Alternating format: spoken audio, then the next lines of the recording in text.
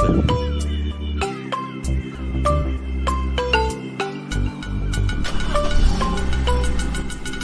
Morning. Good morning.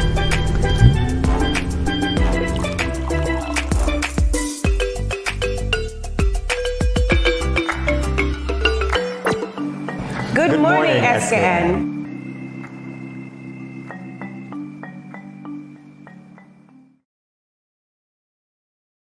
Good morning, SKN. I am Jamie Morris. And I'm Mimi. And we extend a special thank you to you, our faithful viewers, for tuning in today after our break. So it's very good to be back with you. Yeah, we're back and we're ready to give you some exciting content. And I wanted to say Happy New Year. We didn't get the opportunity to wish our viewers Happy New Year. So Happy New Year. I know the month is already going super quickly, but I just wanted to extend those well wishes for the rest of 2022. Keeping our fingers crossed. You got your well wishes from me. Happy New Year from all of us here at Studio SKN. All right, so we want to give you a brief overview of the weather. So apparently it's partly sunny outside. It's cool with a light breeze, I hear. So that's awesome. That's great. I've been inside for a while, so I can't say what it is for myself. But that's good. All right. So we begin this segment with the latest. So we've got the latest in local news for you, starting right now with this particular story coming from SKNIS, fully vaccinated persons recovering swiftly from COVID-19. So the fourth wave of infections are under control, according to Dr. Cameron Wilkinson. So he was speaking during the January 12th, 2022 NEOC COVID-19 press briefing. Medical Chief of Staff, Dr. Cameron Wilkinson, said that 478 people are currently infected by COVID-19 and have been infected during this wave, but they've recovered. So that's very good news, Mimi. In continuing, this is a quote from Dr. Wilkinson. He says, when we look at the number of confirmed cases to date, we have a total of 4,484 with 3,838 on St. Kitts and 646 on Nevis.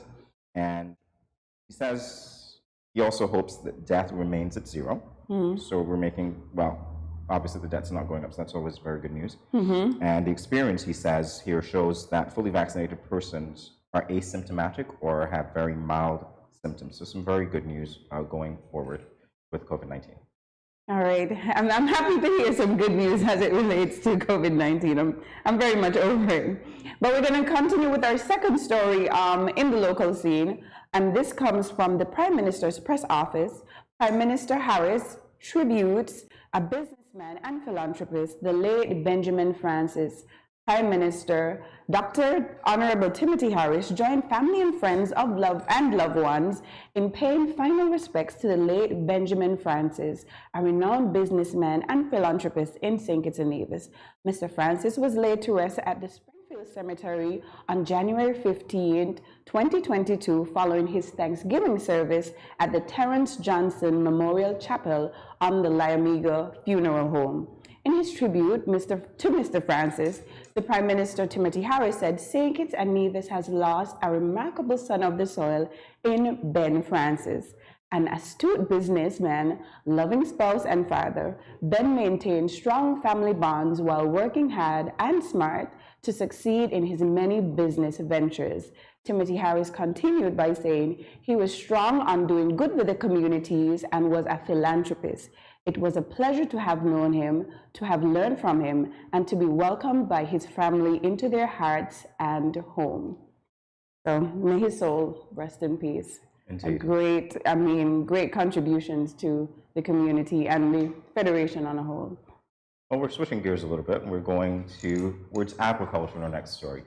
So this one comes from SKNIS as well. The Department of Agriculture is working with farmers to strengthen measures to deal with radial larceny and dog attacks. So during the January 12, 2022 edition of SKNIS is Working for You, representatives from the Department of Agriculture, Ministry of Health, and the Royal St. Christopher and Nevis Police Force were guests to discuss the pressing issue of tackling radial larceny, dog attacks, and livestock farming in the Bastyr Valley.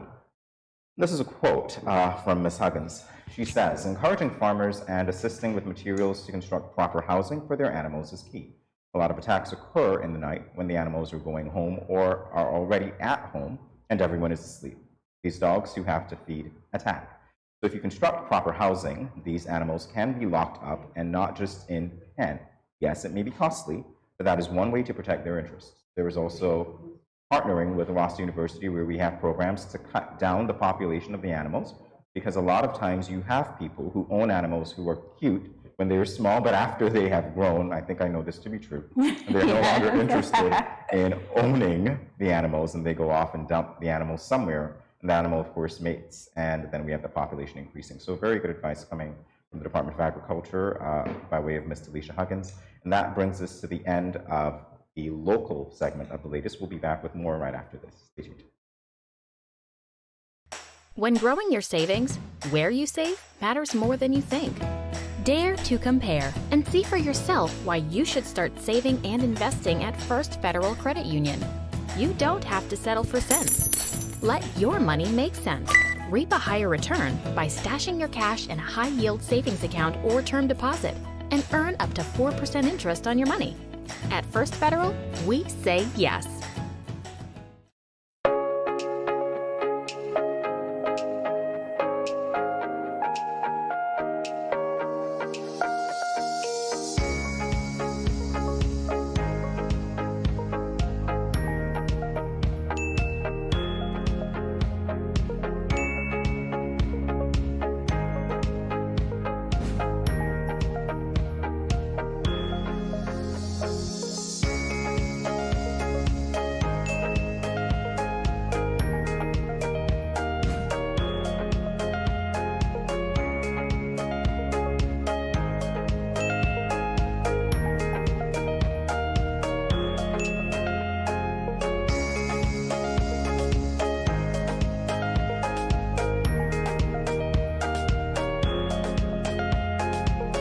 No cash, no card, no problem. Dad, embrace the freedom. Bless up, Dejo here, and I'm doing my part in the fight against COVID-19 by following all safety protocols and, most importantly, rolling up my sleeve for the vaccine.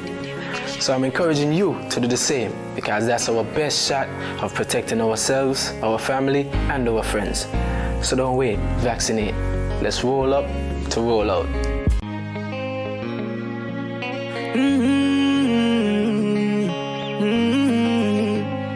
Yeah, I know we can make it.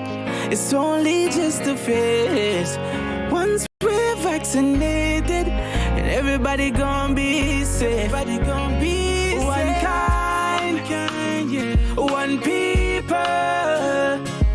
We are roll up to roll out, yeah. 'Cause no man's alone. Do what's right, alright. 'Cause I love you, brother, my sister, and we're in this together, my sister, my brother. I don't wanna lose you. I love you too much. I think it's better for us, yeah, yeah. It's better for us. Hey, I don't wanna lose you. I love you too much, yeah, yeah. It's better for us. Tell your mommy to roll up, to roll out.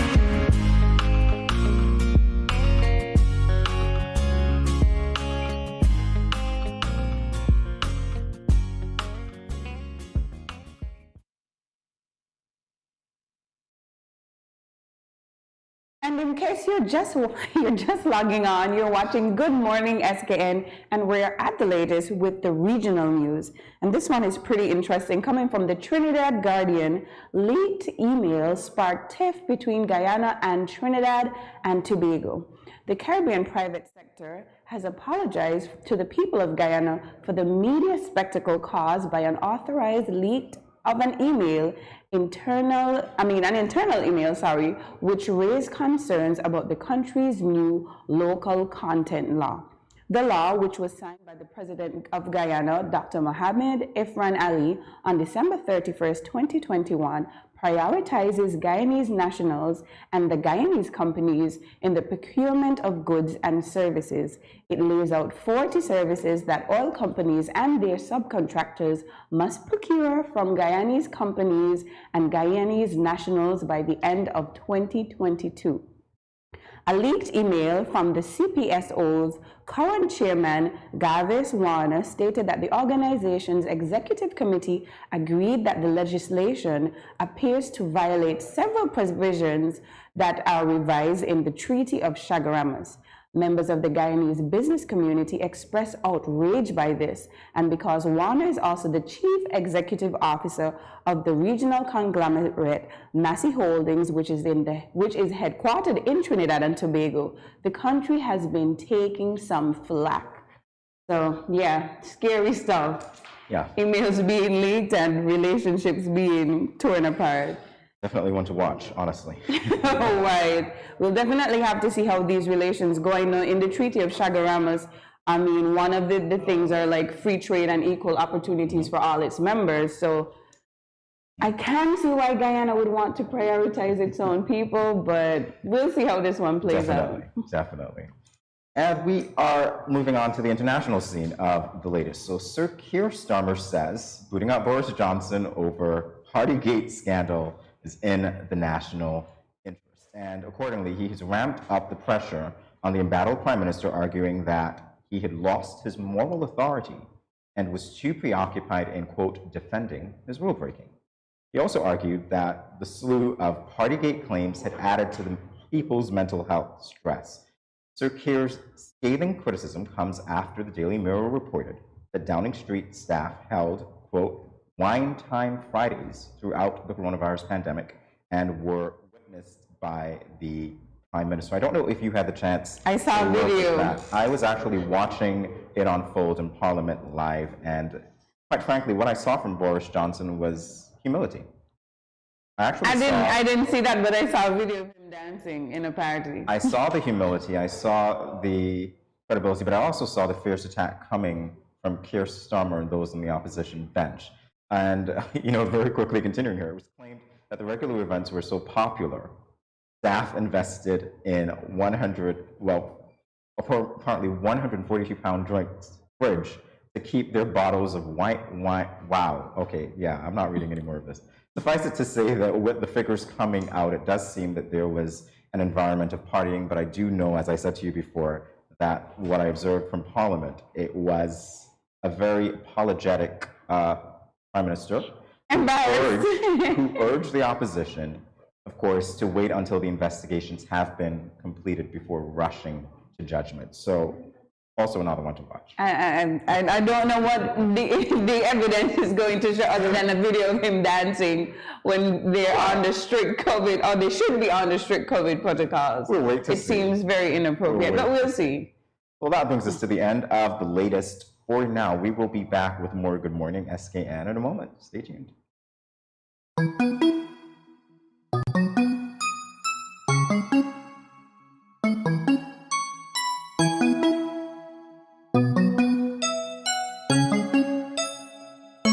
Next, please.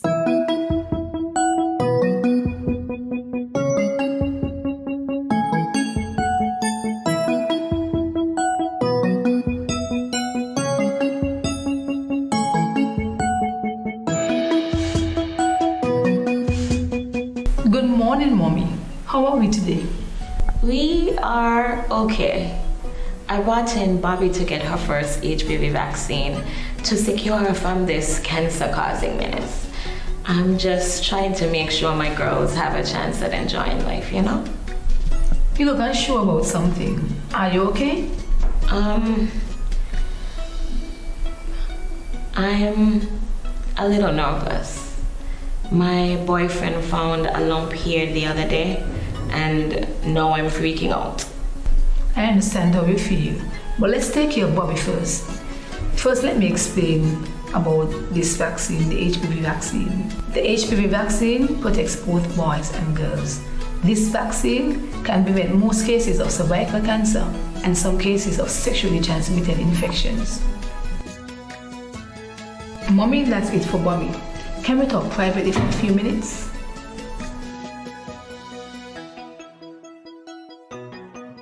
It's really good that you told me about your boyfriend finding the lump. I'm glad that you weren't too scared. Mommy, when was the last checkup? I mean, which includes your breast examination and the pap smear.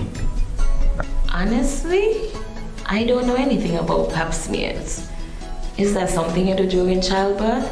Because if that's the case, I would have done it twice, right? A pap smear is an examination of your vagina and the pelvis area. It should be done for females between the ages 18 to 69 at least once a year.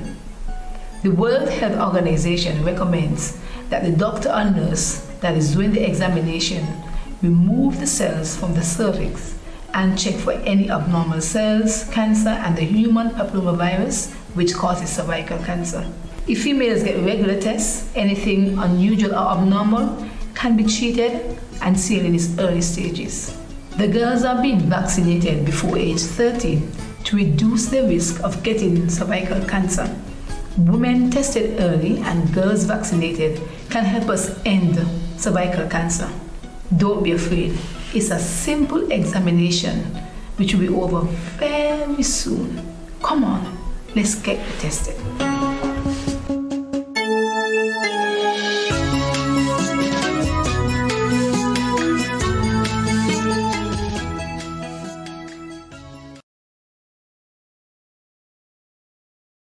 When growing your savings, where you save matters more than you think.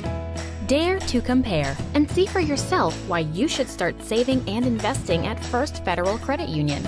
You don't have to settle for cents. Let your money make sense. Reap a higher return by stashing your cash in a high-yield savings account or term deposit and earn up to 4% interest on your money. At First Federal, we say yes.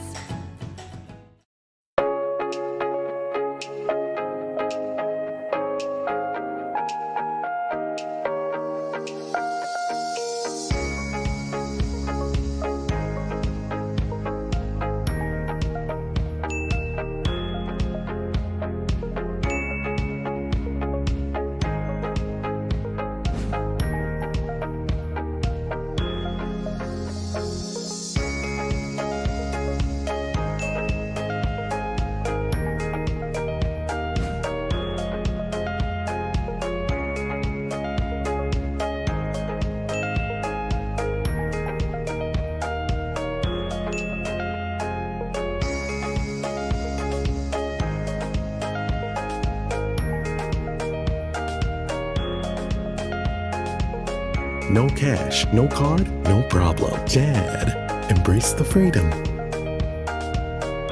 Bless up. Welcome back to Good Morning SKN. COVID-19. I'm sure at this point, some of us have grown very tired of seeing this word appear in news articles. Well, to flatten the curve and to reduce the risk of severe disease, scientists and medical professionals diligently worked to produce COVID-19 vaccines. However, as the virus is still mutating, the efficacy of the vaccines is on the decline. So persons are being encouraged to take booster shots to increase, or shall I say boost, their immunity against the virus. With the Federation now experiencing its fourth wave of COVID-19, many have been questioning the rationale of booster shots. Dr. Andrew Holness is a practicing physician in the Federation based at Meridian Medical Consultants. He has over 15 years of medical experience, and today Dr. Holness is here with us in Good Morning SKN to address this talk of the town, which is going to be focused on booster shots. Dr. Holness, so very nice to be in your company. Thank you, sir, for joining us. Thank you for having me. I see that smile, so I know that it's good news coming from you as we talk all about COVID-19 and booster shots. So what can you tell us about how booster shots support the vaccine? Well, first you have to understand what the vaccine does. The vaccine is, think about it in terms of crime. The virus is your criminal, and the vaccine is the mugshot. And so we distribute the mugshot to as many people as possible, so that when your body encounters the criminal, it can immediately recognize and know what to do, because your mugshot usually says armed and dangerous and so on, do not approach. So there's already a strategy at play with respect to the vaccine. Over time, that attention wanes, as it does with everyone for every reason. And so the booster's job is to refocus your immune system onto the criminal. Yes, the villain. That's the idea. So the more attention gets placed on the mugshot, which can't hurt you, it's just a picture, the better we can quickly respond when we actually meet the criminal, which in this case is COVID-19. You know, you don't want to talk about it. Right, we don't. But that's the idea behind the booster. Boosters are nothing new. We've been given time. We've worked out with respect to many vaccines that they need to get boosters over time. This is what we do with tetanus, for example. Every time you get a dog bite, they ask you, when was your last tetanus? Because your immunity wanes over time. And so you need to keep boosting that. That's the idea. Okay, I get that you're a storyteller as well. That was a really that was a really easy way for us to understand. I know also that, you know, many locals have been concerned, for lack of a better term, panicking, because we're in the fourth, I mean, maybe we're still in the middle, or maybe we're coming on to the end. The numbers are looking a little bit lower of the fourth wave of the pandemic. And of course, having questions about the vaccine and how it's working, if it's working well. Can you speak on that? Well, the vaccines have helped. We always knew that they would, because the principle of vaccines, like I said, they aren't new. So we knew what to expect, both in terms of the vaccines coming into play and how it would change, and then what we will do in the future. So yes, the vaccines have helped. They have reduced, take out the fourth wave for an instant. The ones that we were dealing with before November, that the vaccines were designed for those, the first one and less so the Delta. But even with the current wave of Omicron, the vaccines have helped, for sure. I mean, we did read a story earlier this morning was saying that people who are fully vaccinated have experienced less symptoms and recovered quickly. And I can defend that clinically, because that's what we see. People who are fully vaccinated and boosted have the best chance of doing well with this virus. Lots of people I've seen minimal symptoms, if any. Sometimes the only reason that they're in the office getting tested is because their family members have been tested, or they've had symptoms, or their work colleagues. And so it's an important, that idea, especially with Omicron, that it is much more transmissible, but much less dramatic in terms of symptoms, is a good, chapter in the story. Yes, it is. It really is. So the question now that I have for you concerning boosters, it's a twofold question. How were the boosters created? That's one. And do they contain the same ingredients as the vaccines? They're created in exactly the same way. It's the same vaccine that basically you got the first time that you're getting again. There's no change. There's no special to the vaccine, to the booster. It's just a matter of timing. And in this situation of COVID, the boosters are 6 months after your second shot for AstraZeneca. And in St. Kitts, we've been giving the booster, we've been using Pfizer as the booster, which, for all the story, is much, to get a wider range, to get to Sandy Point by different routes, gets you there, as opposed to having only one route. And so many different vaccines seem to, give us some help there. Plus, of course, we make nothing, which means that we have to get it in somehow. Right. And, being a Caribbean country, we have to get what's available. right. They're good though, but we're just taking what's arguments with the vaccine. Right. I've already got my 3, man. And you seem good to go. I am good to go. Should I call you armed and dangerous? Absolutely. That was before the vaccine. Oh, okay. So, I mean, I know one of the questions that I've also had as well is that, as we can see, I think almost every week we're looking at a different variant. So the virus seems to be mutating rather quickly. Yes, it is. I'm still curious about how often we're going to be having to take these booster shots. Do we have to take one for every new variant? Which means every other week we'll be taking a booster? I can't answer that. I don't think anybody can. If you follow the trend of vaccines, okay, put it this way, we've never had a cold virus vaccine. First time ever. We have flu virus vaccines, which is different.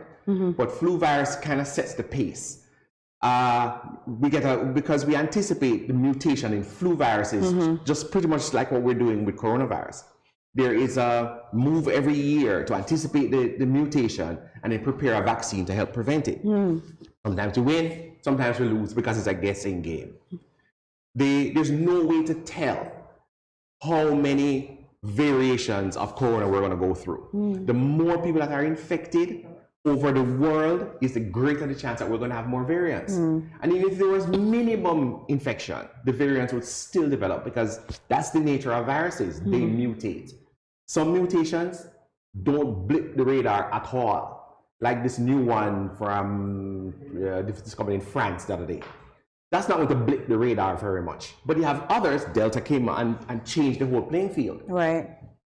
When there's a significant variation, the vaccines don't work as well, which is why now you're seeing vaccinated people still contracting coronavirus because the vaccines were designed not for Omicron.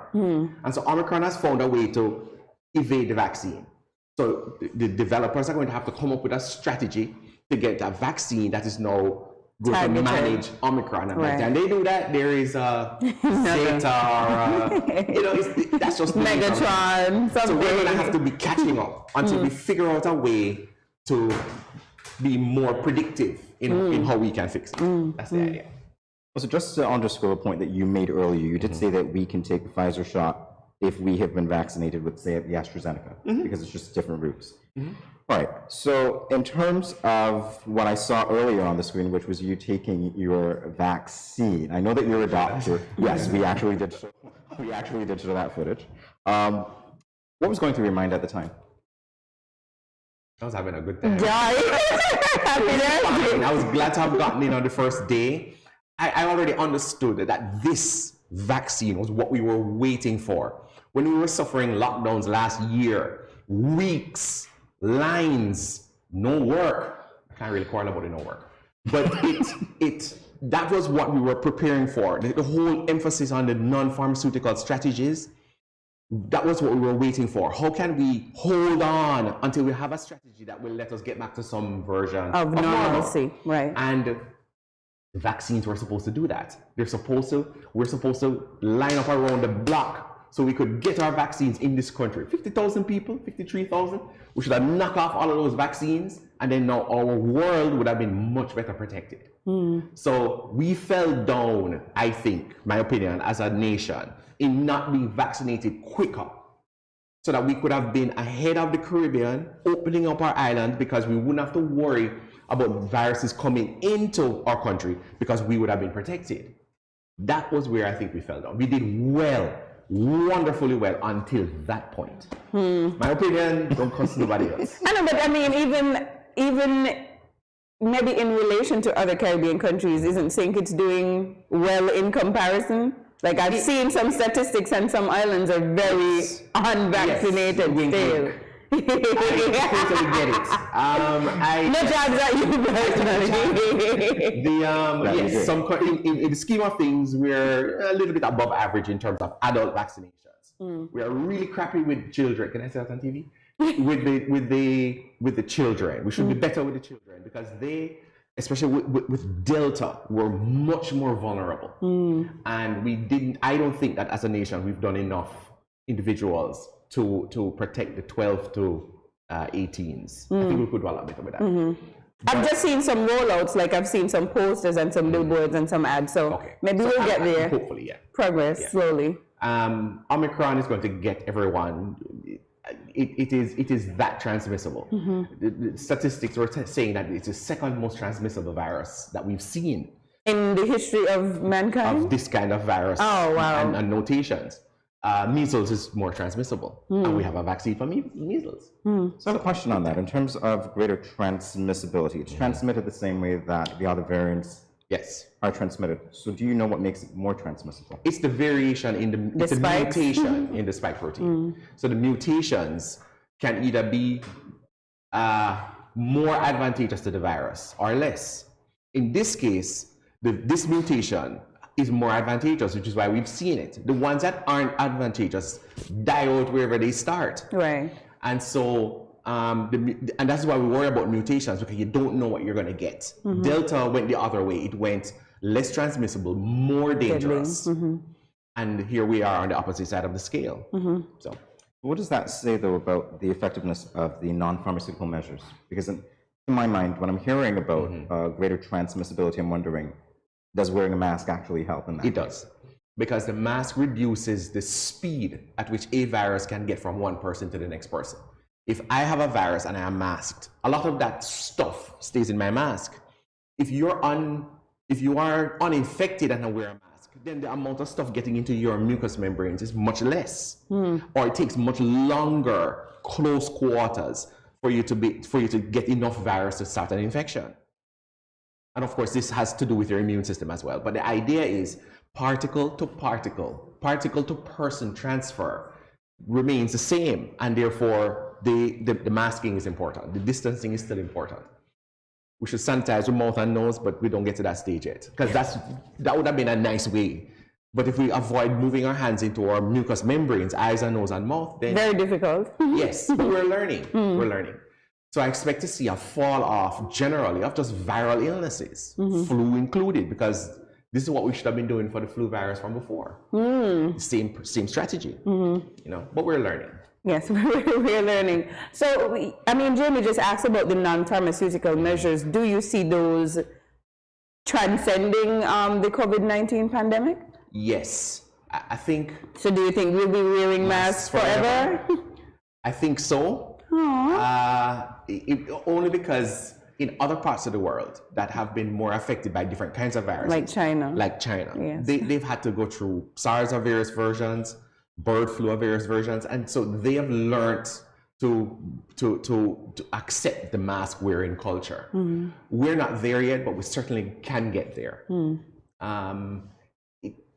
It bothers me. It bothers me too. Because I see children in my office, and they're children who are under 2, that the face of a person is not something they're used to recognize anymore, right?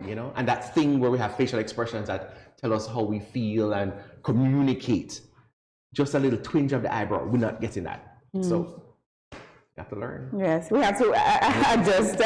And before we go, we've been chatting for quite some time. Can you give the audience any more advice, any more tips as to how we can somehow control the spread of the COVID-19 pandemic? I think we've already kind of covered it. We already have as much as we can reasonably do with respect to the non-pharmaceuticals in particular. This physical distancing is important, the mask wearing is important, hand sanitizing important. But there are also other things that you can do. For example, being aware that when you're ill, stay home, isolate. You don't have to be sure that you have COVID to isolate, because the viruses do the same things. But the habit of isolating is important. What we also can do is have more strategies that, for example, in the height of it, we learned how to do home school and home work from home. And that strategy shouldn't go away, even if we do get over coronavirus. These should be things that foundations that we've set that we can build on going forward, and charting different paths that we never thought of in 2019. I think that's what we should do. Being more aware, and especially being educated, understanding what's going on and why, in terms of your own body, in terms of the virus, and not depending on others to sway you with information that you can't defend. You need to be able to get accurate information all the time. And people have a worldview. They know if it fits into their worldview, they'll believe it. But if it doesn't, it's a hard fight. We need to start to open up our mind a little bit more to say, okay, I understand where I am. Is there something that can change me and how I see the world? And hopefully we all can get there. Well, Dr. Holness, I do want to thank you for stopping by. I know that you're a very busy man, especially at this time. But thank you for sharing some insight with us as to how we can cope with coronavirus. Thank you very much, sir. Thanks for having me. I had a good time. You're watching Good Morning SKN, and we will be back with more in a moment. Stay tuned, please.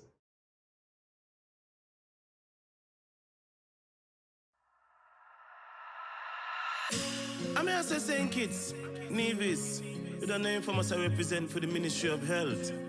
Yeah. Respect the COVID protocols. In a time like this, all for one for all. Saying kids, Nevis, don't forget your mask. Wear it everywhere you go. Sanitize before and after everything you do. Cause you never know what's on the surface of the places you go. Maintain a safe social distance between me and you. Keep calm and stay focused. Don't be a fool, seek the facts first. And boost your immune system up. Don't wanna lose no more of us. Massive furlough, sanitize, observe the protocols all about. Be wise, massive furlough, sanitize, me family fitting boat, and you. Blessed love and greetings. This is Infamous, and I am here to encourage every Kittian and Nivision to remember that we have our part to play in the fight against COVID-19. So sanitize, wear your face mask, practice social distancing, and go and get vaccinated. For me no know about you, but me love think it's bad. Easy no man.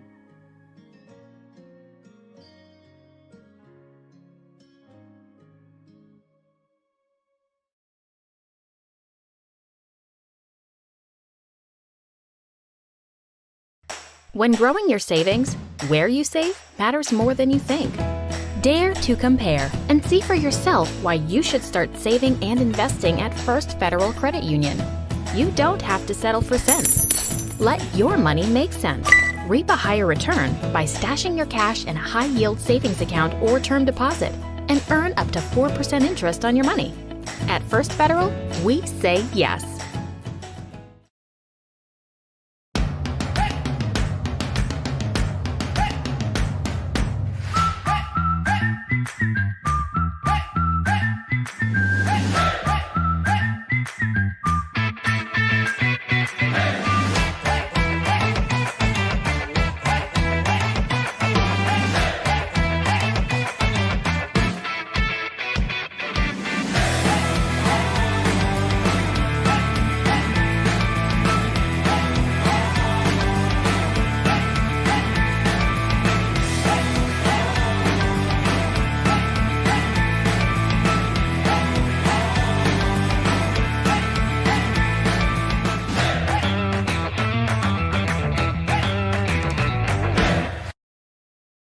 And we are back on Good Morning SKN, and we're at Connections. Michael Kora said, success has always been easy to measure. It's the distance between one's origins and one's final achievement. Larry Quinlan was born and raised here in St. Kitts. He started his work life as a bike messenger at his father's business as a young boy. After graduating from the best high school, Baxter High School, he went to earn a Bachelor's of Science degree from the University of the West Indies. He holds a Master's in Business Administration from Burridge College, City University of New York, and an honorary Doctor of Laws degree from the University of the West Indies in 2018. He joined Deloitte, the world's largest professional service provider, in 1988. He started as systems analyst and gradually worked. He started as an systems analyst and gradually worked his way up, holding various leadership positions within the organization.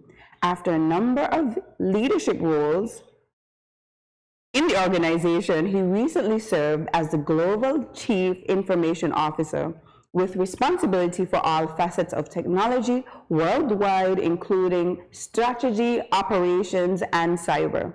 His present role is the principal. His success story is one that we, as natives of this land, are loud and encouraged. Are you inspired yet? I feel very inspired. I sure am. He is here for a bit more to talk to us about his achievements and his stellar performance. Due to the stellar leadership and performance in STEM, Mr. Quinlan won the Orby Awards for CIO in the year 2021. So please join us as we welcome Mr. Larry Quinlan on Good Morning SKN. Good morning again, Mr. Quinlan. Good morning. Thank you very much for having me. It's truly an honor for me to be here. Wonderful. So the most important question we'll start off with, as the global CIO, did you have to visit all of the 150 countries? No, I did not have to visit all 150. Some are interesting countries like Syria and Afghanistan and Pakistan and Mongolia, etc. And in times of trouble, I'd certainly stay away from some of those.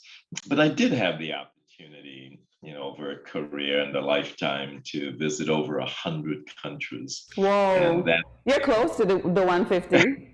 That's true, but it's been fascinating. It gives you a really rounded view of life. And I've got two daughters, and one of the things we've talked about is the need to see the world, to gain perspective, to understand different cultures. And I've journeyed with them to a number of different places. We've gone to the Middle East with Israel and Jordan, and we've gone to Africa and Rwanda and South Africa, and really gain that perspective. But I do have to put in a plug for St. Kitts. As I've traveled the entire world, you realize the quality of life we have in St. Kitts and Nevis is pretty special, and we need to work to maintain it. Well, I do have to ask you, since you are so well-traveled and obviously well-educated as well, when you traveled to other countries, was there anything that changed your view at all and perhaps made you even more open-minded? I believe so.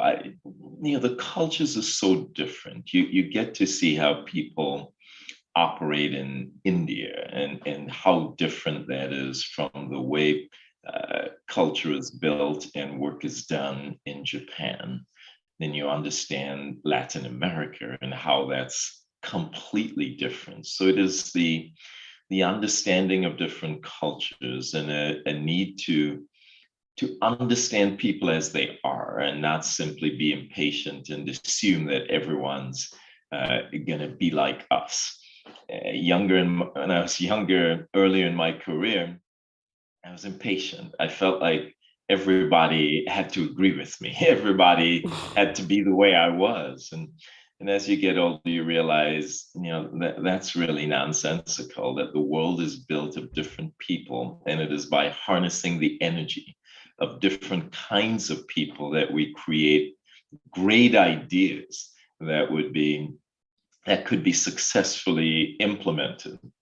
I do have to say, you do get a little bit tired of going to certain countries, and they haven't seen a lot of Black people in those countries, and immediately they say, you look like Obama. But you get over that after a while. I think that's a good comparison. I would feel like it's a compliment. He's a very handsome man. Okay, so with the scale of management at the company that you work for, how do they create policies that reach to the employees? And that's certainly a real passion of mine. So if you think of policy in a couple of different ways, I was responsible for technology across the world, so 350,000 people. And the idea is to get people to adopt certain initiatives. One of the things I'm passionate about is ensuring that the ideas we have are actually worthy of the followership of people. It's one thing to try and beat people over the head and say, you must do this and you must do that. That's not sustainable. Sure, you have certain levers you can use to accomplish that, but that's not sustainable. We actually have to have ideas that are worthy of the followership of people. When they sit in their homes or offices and analyze what you want them to do, is it in their best interest? Does it make sense? Would reasonable people do that, or do they simply see through it and realize that this is just something that they're not going to benefit from? They're not going to get anything from. They're simply working harder, for you, but they're not going to get anything from it. And I'm a firm believer in we got to have a win-win situation. Right. And the best way to have sustainable excellence is to ensure that everyone is benefiting from the policies that we are implementing. And in that way, we can truly achieve sustainable excellence. Right, for sure. And I think that we're already out of the era where you could beat people over the head. People are more about their rights and their enjoyment of their job and their quality of life. So I think, yes, it's very important to make it a win-win situation and make people feel that sense of fulfillment at the end of the day, I mean, as it relates to their job and their place of employment. Absolutely. So I do want to congratulate you again for being the recipient of the Orby Award for CIO of the Year in the field of leadership. And I do want to pick your brain very quickly as to not only what it was like to receive the award, but also what the criteria is that you met. Sure. So, first of all, it was humbling, right? It's a selection voted on by your peers. So it's a technology leadership award voted on by technology leaders. So that's pretty humbling. It means that the people who know you, the people who work in the same field that I work in, believe that I was deserving of that. The second, real understanding is that I am simply the face of a team. And there was a large team of people who worked every day to go above and beyond the call of duty, who, when we were not in the room, still found ways to create outstanding accomplishments. And those people get all of the benefit, right? They get the credit. They're the ones really creating the kind of magic that goes into the achievements cited. Technology just isn't a one man or one woman show. It really is a team effort. And I'm fortunate enough to be the leader of the team. I was fortunate enough to be the face of the team, but it truly is the team that creates the kind of momentum that people recognize, and I'm grateful to be part of the team. And in terms of the criteria, they look for leadership, they look for accomplishment, they look for community responsibility over a significant period of time. And I've been fortunate enough to be in the arena for quite some time and to be in leadership positions for quite some time. But most fortunate of all, to have the kind of team that's willing to excel at all times. I want to thank you so very much, Mr. Quinlan, for sharing your experiences with us. I wish we had more time. Yes. But I'm certain that this will not be the last time that we contact you. So thank you so much for joining us for this edition of Good Morning SKN. And all the best to you, of course. Best wishes to you and your family for the new year, and to you and your company as well. Great. Thank you very much. Thank you. We'll be back with more Good Morning SKN in a moment. Stay tuned. This is Good Morning SKN with Mimi and Jamie on Studio 327. When growing your savings, where you save matters more than you think. Dare to compare and see for yourself why you should start saving and investing at First Federal Credit Union. You don't have to settle for cents. Let your money make sense. Reap a higher return by stashing your cash in a high-yield savings account or term deposit and earn up to 4% interest on your money. At First Federal, we say yes.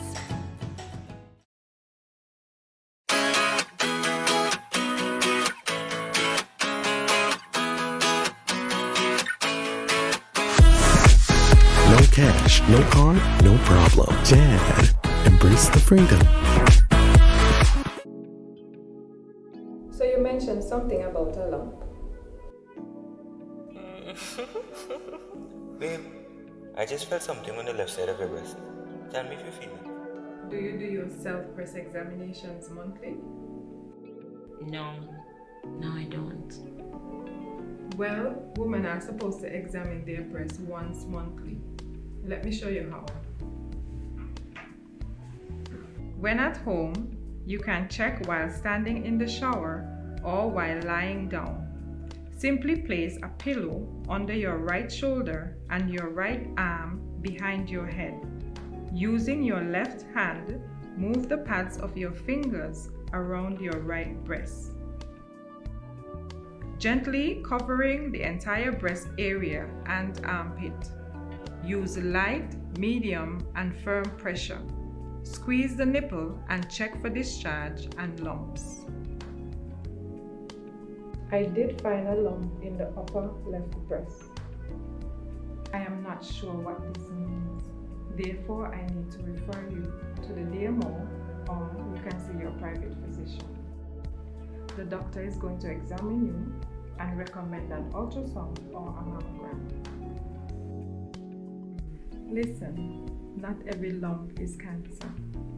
80 to 85% of the time, the lumps found are benign. That means they are non-cancerous. Lumps in the female breast or armpit can be non-cancerous tissue growth or fluid buildup, or a number of things that can present themselves at various times. But sometimes it's a sign of cancer. That is why I am referring you to see the doctor. Okay, nurse. Thanks for your help.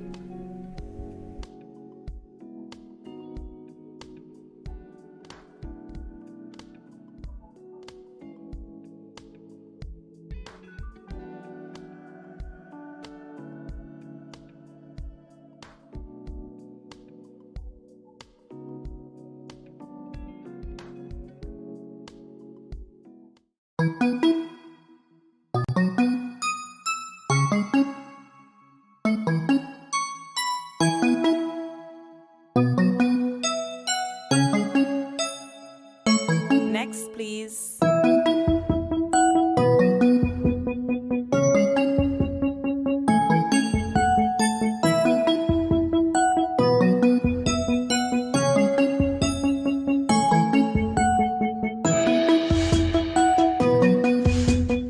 Good morning, Mommy. How are we today? We are okay. I brought in Bobby to get her first HPV vaccine to secure her from this cancer-causing menace.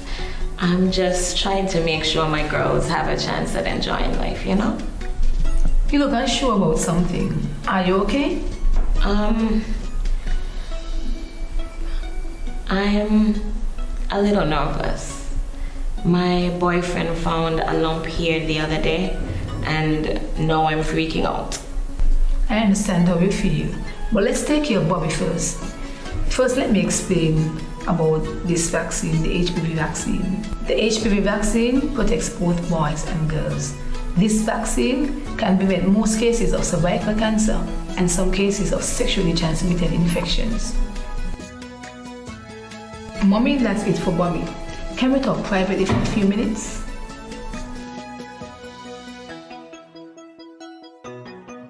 It's really good that you told me about your boyfriend finding the lump. I'm glad that you weren't too scared. Mommy, when was the last checkup? Which includes your breast examination and the pap smear. Honestly, I don't know anything about pap smears. Is that something you do during childbirth? Because if that's the case, I would have done it twice, right? A pap smear is an examination of your vagina and pelvis area. It should be done for females between the ages 18 to 69 at least once a year. The World Health Organization recommends that the doctor or nurse that is doing the examination remove the cells from the cervix and check for any abnormal cells, cancer, and the human papillomavirus, which causes cervical cancer. If females get regular tests, anything unusual or abnormal can be treated and seen in its early stages. The girls are being vaccinated before age 13 to reduce the risk of getting cervical cancer. Women tested early and girls vaccinated can help us end cervical cancer. Don't be afraid. It's a simple examination which will be over very soon. Come on, let's get tested.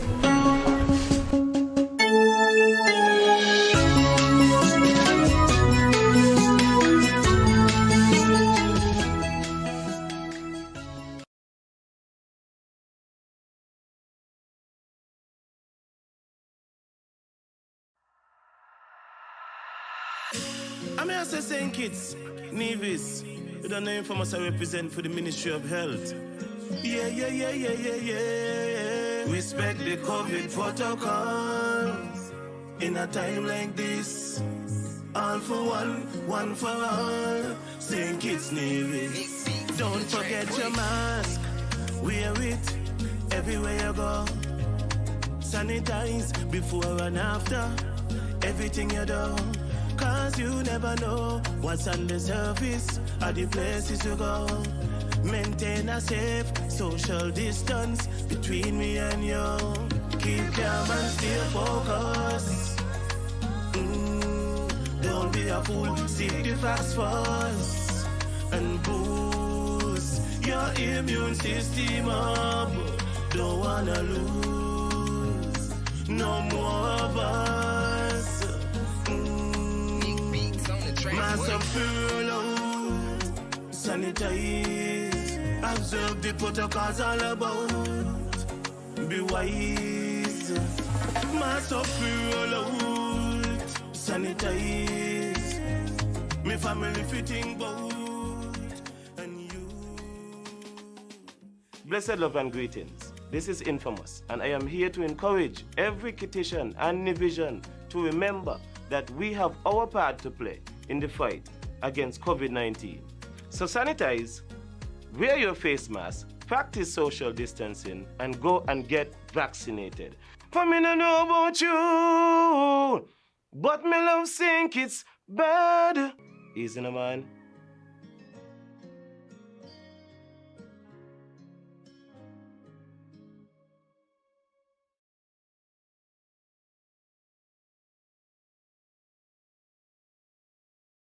When growing your savings, where you save matters more than you think. Dare to compare and see for yourself why you should start saving and investing at First Federal Credit Union.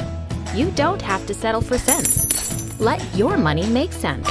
Reap a higher return by stashing your cash in a high-yield savings account or term deposit and earn up to 4% interest on your money. At First Federal, we say yes.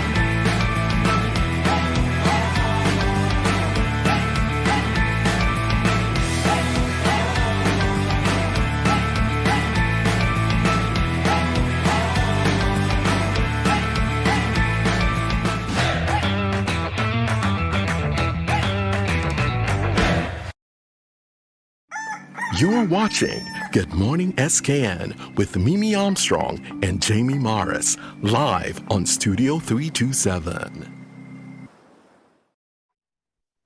You're watching Good Morning SKN on Studio 327, and we are now going live to our feature segment with Mr. Devon Cornelius. So the St. Kitts National Youth Parliament Association is looking for new members. It is a non-profit, non-governmental, non-partisan youth organization whose motto is equality and justice in nation building. The impetus to form this association, born in 1999 after Mr. Jeffrey Hanley, an officer in the Department of Youth Affairs, attended a regional youth parliament sitting in the Bahamas. Upon his return, he held meetings with ministerial heads and formulated the concept of a local youth parliament. Mr. Desmond Ward, the then parliamentary coordinator, was instrumental in lending his expertise to the newly founded group. These young people would continually debate issues of youth interest in the National Assembly chambers and participated in regional and international fora with more experience and skill. On September 13th, 2001, SCNIPA was born. Today we have with us SCNIPA's PRO, Mr. Davon Cornelius, who will share more about the membership application that is now open. So good day, Davon. Thanks for joining us on Good Morning SKN. Good morning, good morning. Can you guys hear me clearly? Yes, we can. Yes, most definitely. Awesome. So as I just stated, SCNIPA is accepting applications for new members. Are there any perks to becoming a youth parliamentarian? What can you tell us? Okay, well, again, thank you so much for the opportunity. So we opened the application period on January 10th, that was last week, and the application period will close on the 24th of this month. So for those persons that are interested in becoming a member, there is still time. You gave some background history in terms of who SCNIPA is and what we are about, but there are many benefits and advantages in becoming a member of the association. You have opportunities in public speaking and presentation skills training, community and volunteer work, leadership skills training, the opportunity to network with other young people in St. Kitts and Nevis and across the Caribbean, of course, to build solid relationships, and workshops that prepare young people for the world of work and the adult life. So it's so much more than just becoming a member and going into parliament to debate, but it is an opportunity for you to grow personally and professionally. And I must say that I'm always very impressed with people who are a part of SCNIPA. They're always really good speakers like yourself and very intelligent, very knowledgeable on current affairs, and I'm always very impressed. So another question for you. As a youth parliamentarian yourself, why do you think that it's important for young people to be educated on democracy and on leadership and government affairs in general? Thank you for that question. Well, being a part of the, or as a young person being active in volunteer work and community work, and even being a member of a SCNIPA, the opportunity is there for you to understand how the parliament works. The opportunity is there for you to have your voice heard. So you may be passionate about an issue, and you perhaps may have a few other young people who would want to have their voice heard as well. SCNIPA is definitely the place for you to be. And so we work with young people, we mold them into being great minds here in St. Kitts and Nevis. And of course, they would go off into other countries and become great individuals. But understanding how the parliament works, understanding democracy, understanding our constitution, understanding that, hey, young people too should have a voice at the table is what we really are about. We really are about. So becoming a member of the association, I mean, those are just some of the advantages and benefits that one can get out of being a member. But at the same time, I want to encourage young people not just to join SCNIPA, but to be vocal with your concerns and vocal with things that affect you here in St. Kitts and Nevis. It is not to be always to be critical of everything that happens, but we have to understand that young people are a part of the development of a country, and we can't exclude young people. And so in SCNIPA, that is where we want to mold young people and have young people, be involved in the everyday work of, or the development rather, sorry, of the country. So Devon, I do have to ask, since we talked briefly about the history of SCNIPA, when you look at the membership of SCNIPA over the years, what can you say to us by way of any former members of SCNIPA becoming parliamentarians? Do they provide any examples for you and your membership going forward?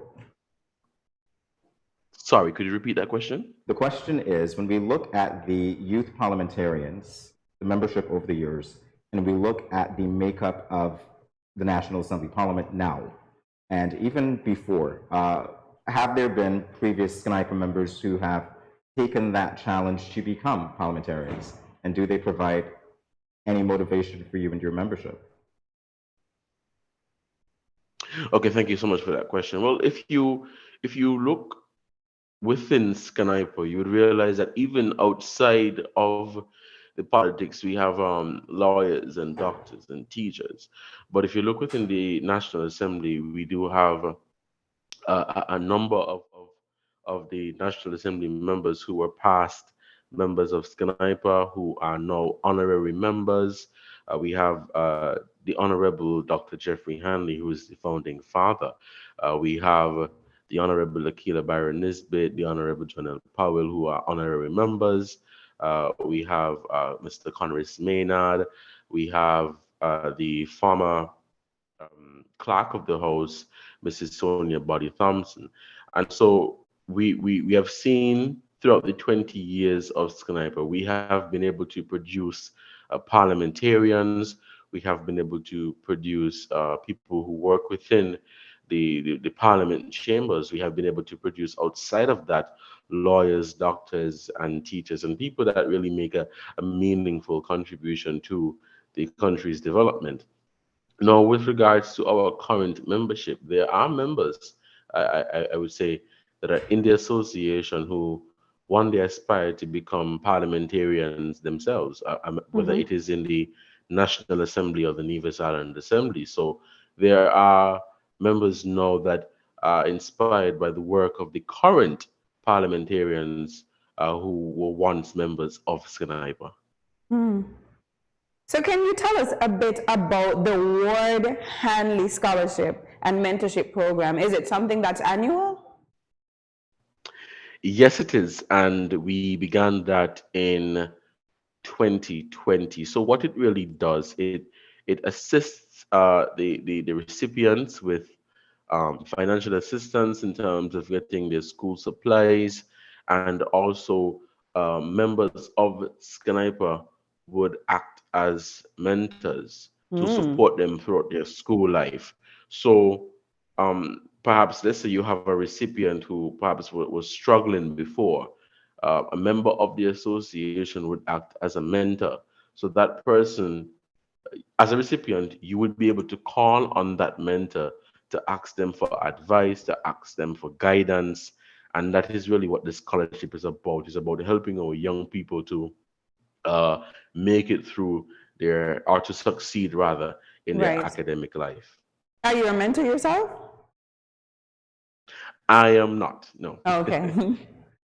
Devon, what can you tell us about the current recruitment process and the application process, inclusive of the deadline for new members of Sniper? Okay, so the application is open to young people ages 12 to 30. So if you are within the age range, you are welcome to apply to become a member of the association. You can access the application form on our Facebook page and Instagram and Twitter accounts, which is Sniper. Pretty easy to find. It is a Google form, so there will be no need for you to fill it out and then send it to our email. As soon as you finish filling out the form, you just click submit and we would receive it. We don't have any hard copy forms because we're trying to go electronic to make it, an easy process for people applying. So it's just the link on our social media platforms and you can apply. If you are looking to apply, be sure to have on hand a passport-sized photo and 2 references in advance. We would be asking you, why would you want to become a member of the association? It's not an intimidating process. It's just for us to get a better understanding, of what your interests are and where we can, assist you going forward if you are to become a member of the association. Also, you are given the opportunity to explain to us a project you would like to undertake if you are to become a member of the association. As I mentioned earlier, becoming a member of Sniper, you have the opportunity to be involved in community and volunteer work. And so perhaps you may want to do something in your community, and we would like to provide the assistance in ensuring that that can be undertaken. Just to repeat, the application period closes on the 24th of this month. So I just want to encourage young people to take advantage of this opportunity. You may be a young person, perhaps you're not too experienced or versed in how the parliament works, then you can join and be a part of this Connected family to understand how all of that works.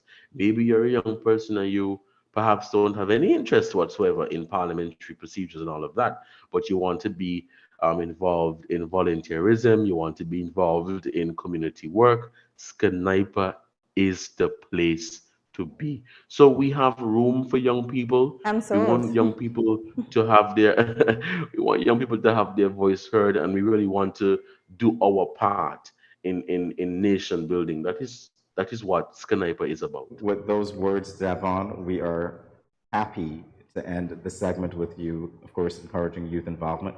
We want to thank you for taking the time today to talk with us all about Sniper, and good luck with the rest of your work and, of course, the recruitment drive that you're currently on.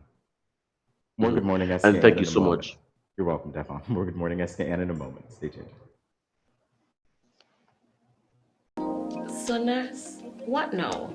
Let me explain. I'm going to put your feet in these 2 meter stands called stirrups. Your legs will be open, then I will insert my fingers into your vagina and make a check. After that, I'll insert this. When that is inside of you and open up, I can see your cervix better.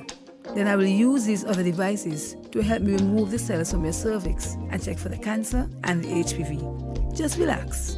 It will be over very soon. Nurse, that wasn't so bad. I thought it would have been very painful. I am glad your first experience was a good one. So, when will I get the results? The results usually return in 3 weeks. You have to come back here to the health center and I will explain. If there's anything abnormal, I will make a referral to your gynecologist. Okay. Can I get the HPV vaccine my daughter got? No, I'm sorry, you cannot. The World Health Organization and Pan American Health Organization did a lot of research and found out after persons are sexually active, the vaccine does not work as well. So what's the best way to prevent me from dying from this HPV? Just what you did this morning. Early and yearly screening for the HPV virus and checking for changes in the cervix with the Pap test. How do they know they're not sick? I know, it's really sad. In 2014, 1 in 4 women in St. Kitts and Nevis were tested positive for one high-risk type of HPV.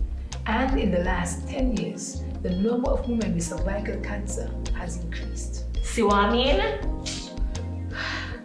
But it's good that you could get the Pap test, the HPV vaccine, and the breast checks all at the same time. Yes, share what you've learned with your family and friends. We in the Ministry of Health are encouraging women to come and have these tests done every year because cervical cancer can be effectively treated if detected and diagnosed early. So let's both do our part. It's time to end cervical cancer.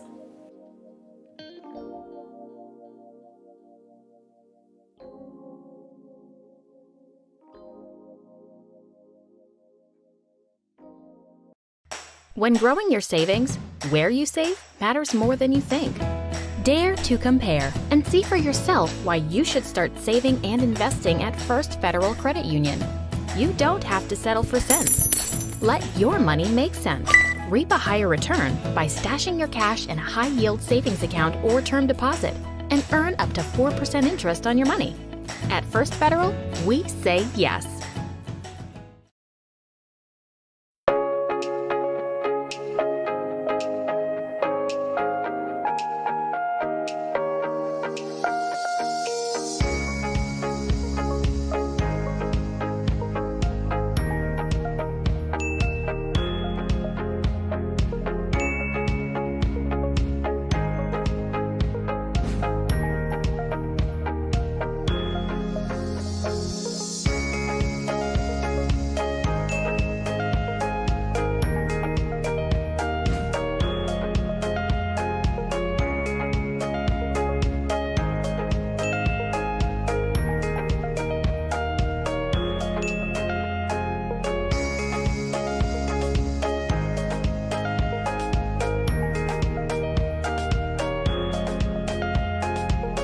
No cash, no card, no problem. Dad, embrace the freedom. You're watching Good Morning SKN with Mimi Armstrong and Jamie Morris, live on Studio 327. You are watching Good Morning SKN, and believe it or not, it is the 17th day of the new year. How quickly time Wow. flies. Indeed, right? So it seems like just a few days ago we were listening to the blast of fireworks. I was New not. Year's Eve. You weren't. Okay, well, I certainly was. As we have said, the new year is often a time and season of rejuvenation and fresh starts. Many focus on new goals and resolutions. 2021 was a rough year. It was interesting. It was a rough year, and we're all in the need of some change, let's say, some drastic changes in our lives for the better, I would add. So as we loosen up, Mimi and I will share some of our new year, new me goals and our progress. I hate that. If any, so far. I hate that new year, new me. No, it's not. It's the same you. Yes, it's new year, the same you. Same old you. Yes. It's so very interesting to me. But I can imagine that, that expression comes because there are things that when we observe, how we were maybe in the last year, we say, oh, we can improve. So in that sense, it's like a time to change for the better. So in that context, Mimi, how are you getting along with your New Year's resolutions goals so far? As I said before, the new year seems to be speedily going. Normally people think that January has in like 60 days, but just this January seems to have in 10. So we're already halfway there. But I must say that I've been I must give myself a pat on the back. I have been getting up early to go for my morning walks. Okay, great. Which is amazing. It's still pretty dark in the mornings, but I still really love it. I look forward to seeing the sun sort of come up, and I just feel more energized at the end of the day. So that's one of the things that I've been doing. What about you? I've seen you drinking a large bottle of water. I wanted to know if that's a practice. That's not a New Year's resolution of mine at all, no. Okay. Water is fine. Yeah, we were joking around here with our executive producer about what the New Year, new goals were, and she reminded me that one of my goals was to get more exercise. So the question was, should I bolt from the studio now and get my jog in? Yeah, you're on Kim's College Highway, so you have a good little path there. I don't think she'd like that very much. No, I don't think she'd like that very much. She's shaking her head. So no. But in terms of the new year, it's January 17th, and a lot of us, I'm sure, at home, we thought, on the first we're going to hit the ground running with our New Year's resolutions. I did, literally. You hit the ground running. Yes, I did. That's awesome for you. But for those of us who are a little behind in that, January 17th, you know what? You can reinvent yourself anytime now. So I'm curious to know about those gym memberships, because there are times when they go up. I know when people are interested in getting their carnival bodies on, you see more people in the gym than normal. And in January as well. By March, April, it tapers off. Yes. So maybe even February. Well, maybe even February. Well, depends, because you've got to have your love body on for Valentine's Day, I assume. My love will take whatever body I have. If it's real love, they definitely will.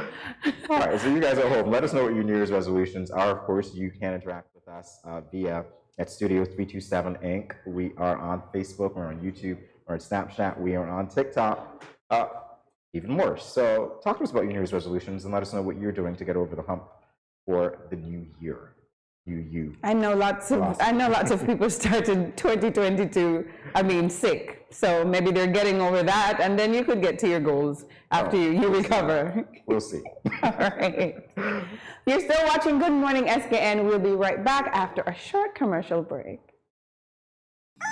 You're watching Good Morning SKN with Mimi Armstrong and Jamie Morris, live on Studio 327.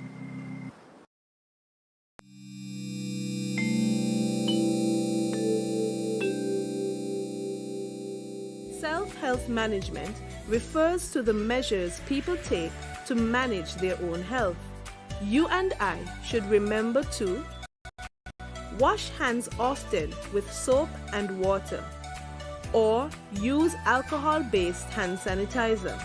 Avoid touching your eyes, mouth, and nose. Take your temperature morning and evening. Watch for symptoms. Persons with diabetes or hypertension are reminded to take your medication regularly as prescribed. If you have no symptoms, you may carry out your normal routine and boost your immune system. When you are outside, avoid public spaces and wear a mask at all times. If you develop symptoms, put on a mask and seek medical care. Do not take public transportation. Inform the doctor of your travel history, any contact with confirmed or suspected cases, your occupation, and whether anyone around you has similar symptoms. If you become ill, please rest at home. Wear a mask and isolate yourself from others in your household. If you share a bathroom, disinfect daily using 1 part bleach to 10 parts water. Everyone must work together to reduce the spread of the coronavirus.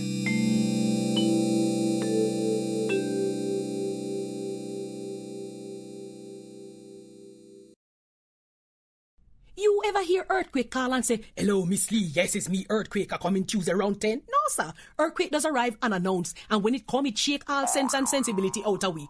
Remain calm, stay inside, and do the DCH. Drop, cover, hold on. Once the shaking starts, you know it's earthquake. Make a quick move to a safe place. Don't run to the door, we are any exit. Stairs might broke up or full of people. Elevator, avoid that, because you might get in and poof, power gone, and you're stuck in that box without ear. Take cover under a strong table or a bed, or crouch against an inside wall or in a corner, and cover your face and your head with your arms. Remember, DCH, drop, cover, hold on. Glass windows and doors, outside walls and doors in an earthquake, bad news. Take care yourself. Most injuries during earthquakes happen when something drop and hit people entering or exiting a building. Last thing, nobody run outside and ask, you feel it, you feel it? Remain calm, stay indoors until all the shaking stop, and do the DCH, drop, cover, hold on.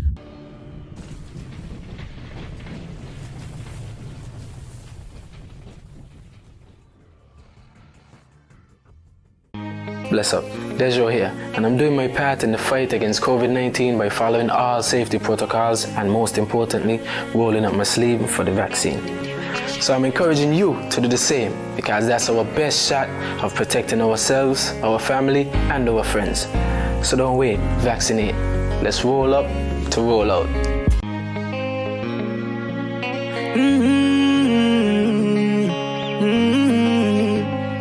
Yeah. I know we can make it. It's only just a phase. Once we're vaccinated, and everybody gonna be safe. Everybody gonna be safe. One kind, yeah. One people. We are roll up to roll out. Yeah. 'Cause no man's alone. Do what's right. Alright. 'Cause I love you. Brother, my sister. And we're in this together. My sister, my brother. I don't wanna lose you. I love you too much. I think it's better for us, yeah, yeah. It's better for us. Hey, I don't wanna lose you. I love you too much, yeah, yeah. It's better for us. Tell your mommy to roll up to roll out.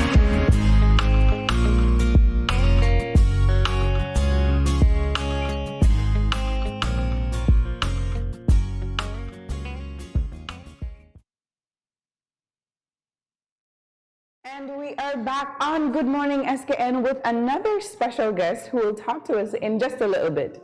Let your food be your medicine. This old adage is typically attributed to Hippocrates, a founding father in the medical history. Health is on everyone's mind, especially now that we are in the 4th wave of the COVID-19 outbreak. We spoke with Dr. Andrew Holness about vaccines and booster shots in the first hour of this morning's show.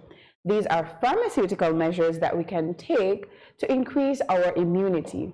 Now we'll speak to a nutritionalist, Latoya Matthew Duncan, about the food that we can use to boost our body's natural immune response. Miss Latoya Matthew Duncan graduated the University of West Indies with a degree in dietetics, I hope I got that right, and nutrition in 2012. 1 year later, she became a nutrition surveillance coordinator in the health promotion unit in St. Kitts, a post she currently holds. Please help us welcome Latoya to Good Morning SKN to share her expertise on how we can use food to boost our immune system. Good morning. Good morning. Thank you so much. It's a pleasure being here. Wonderful. Nice to have you. So again, we're talking about health. We're hoping that we're on the latter end of a pandemic. Maybe we might be in the beginning or the middle. But what primary vitamins are good for supporting and boosting your immune system? Okay, it's so interesting that you decided to start with that question. With the current COVID era, allow me to say era, because currently that's all on persons. There's a lot of talk in the air about boosting your immune system, what foods to eat, what nutrients to take. But firstly, what I want listening audience and individuals to understand. I do hate to interrupt you at this moment, but we do have some technical difficulties, which we will sort out during this commercial break. We'll be back with more Good Morning SKN in a moment. Stay tuned, please. When growing your savings, where you save matters more than you think. Dare to compare and see for yourself why you should start saving and investing at First Federal Credit Union. You don't have to settle for cents. Let your money make sense. Reap a higher return by stashing your cash in a high-yield savings account or term deposit and earn up to 4% interest on your money. At First Federal, we say yes.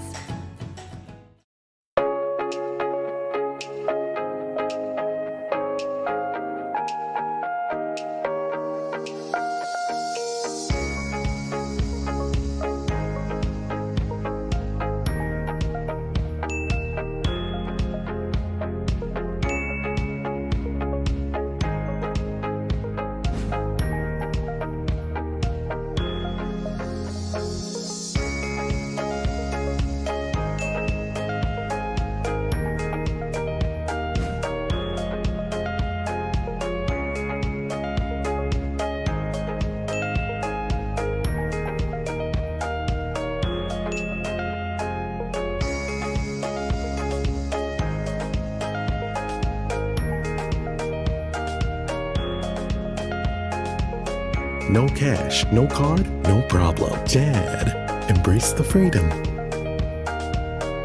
Bless up. And we're back on Good Morning SKN, and we just want to apologize for that little technical challenge that we had, but we're back and we're ready to go. Again, we're here with Latoya Matthew Duncan, and she's here to talk to us about how we can naturally boost our immune system with the foods that we eat. And you were telling us about the vitamins and minerals, I guess, that would help to boost our immune system, especially in this time. You said we're in the COVID era, and COVID is on everybody's mind. So we wanted to know what foods, what vitamins, what minerals can we take to boost our natural immune system? So I think I was about to say that what we need to understand is that there is no one pill or no one item that can be utilized. So we cannot say today, okay, COVID is here, so let me start to boost today. Okay, this has to be a lifestyle. It has to be something that you practice.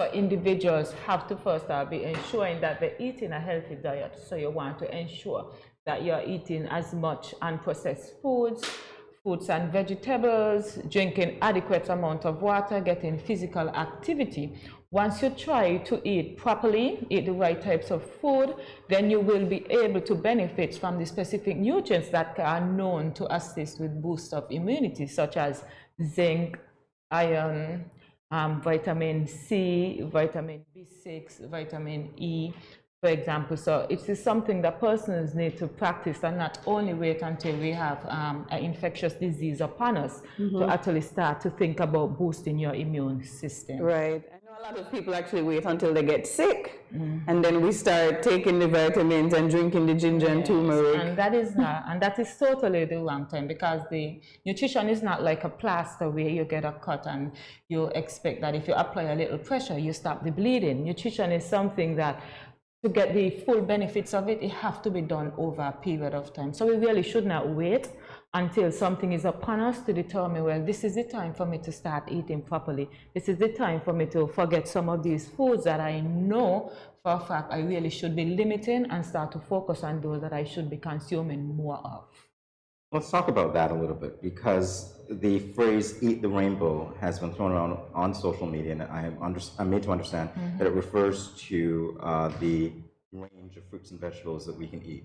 So why is it essential for us to effectively eat that colorful or that range of vegetables? Okay, so when you think about eat the rainbow, and we are not speaking about Skittles. I thought about Skittles and cake. That's what I thought about. I must have taste the rainbow.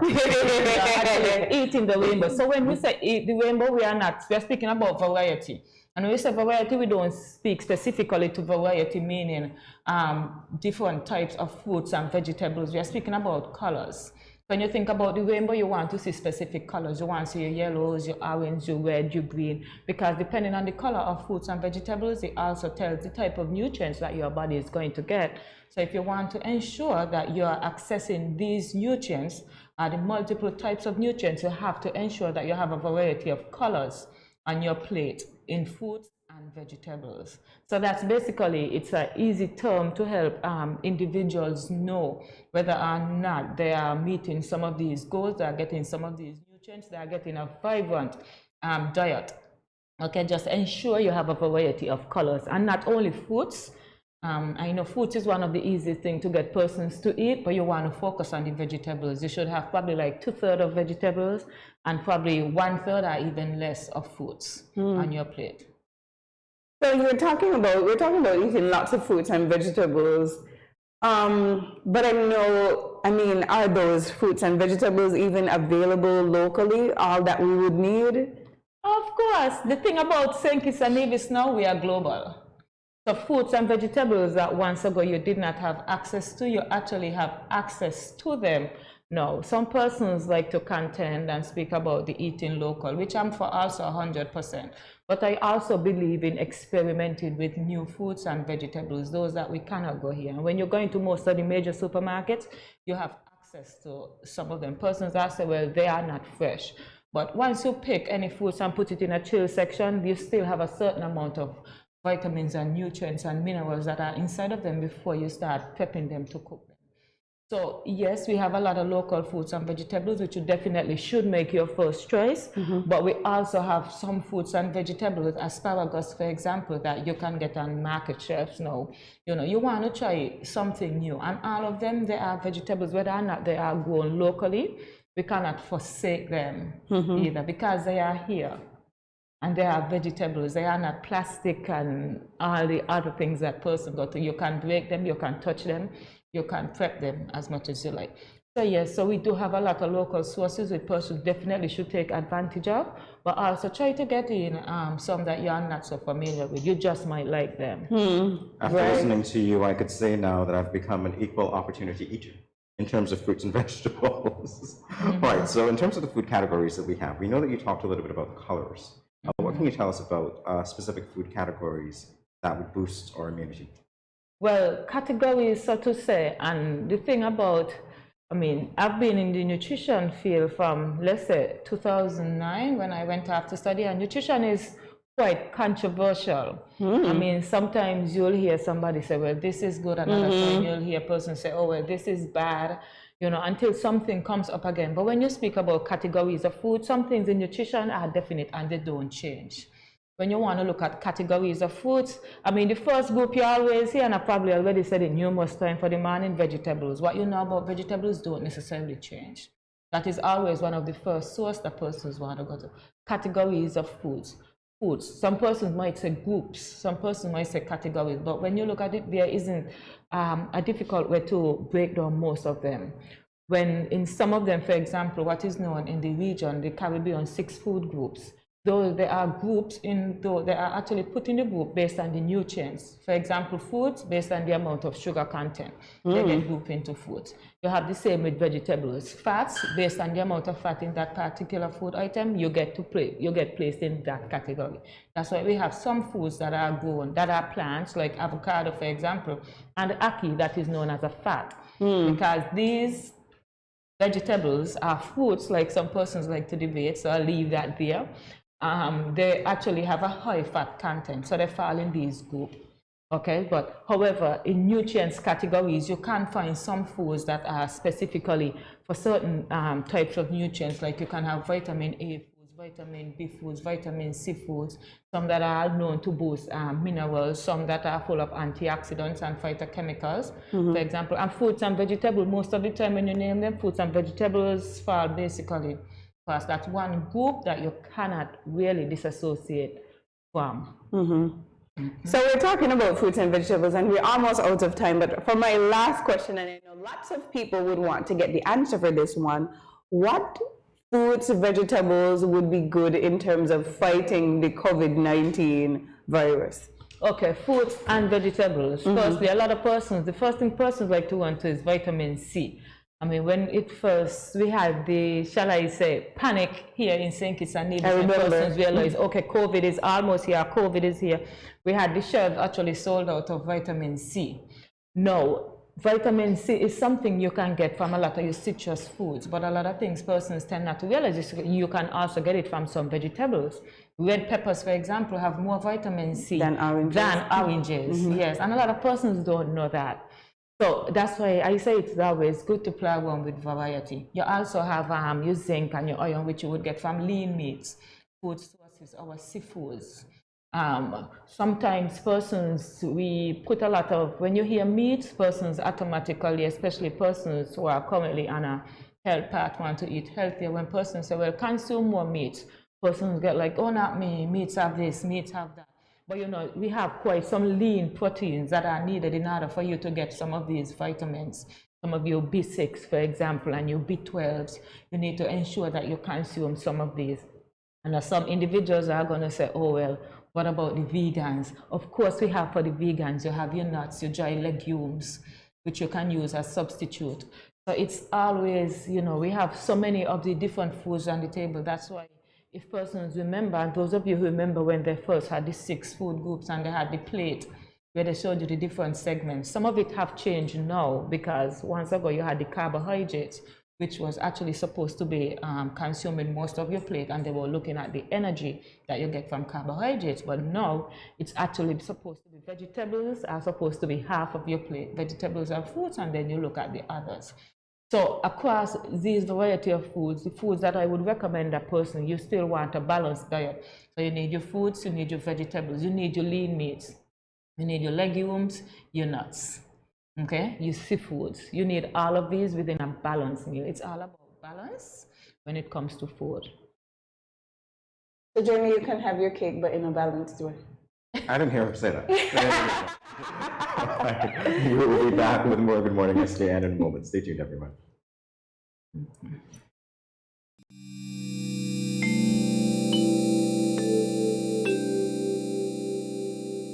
Self-health management refers to the measures people take to manage their own health. You and I should remember to wash hands often with soap and water, or use alcohol-based hand sanitizer. Avoid touching your eyes, mouth, and nose. Take your temperature morning and evening.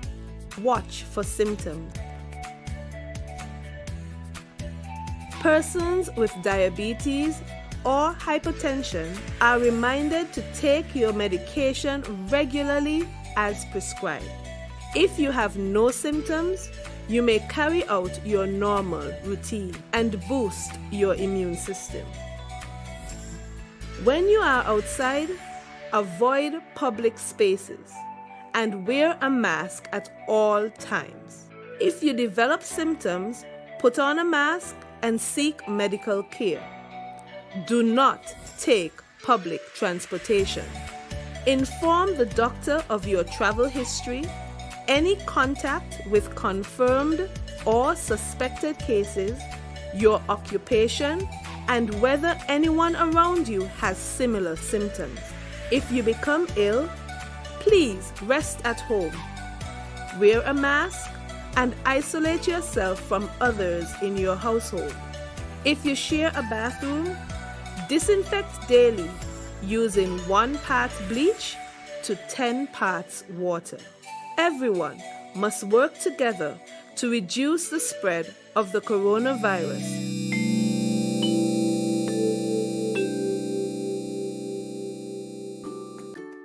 Has anyone ever touched you here, here, or here? Well, these are actually bad touches, not good ones.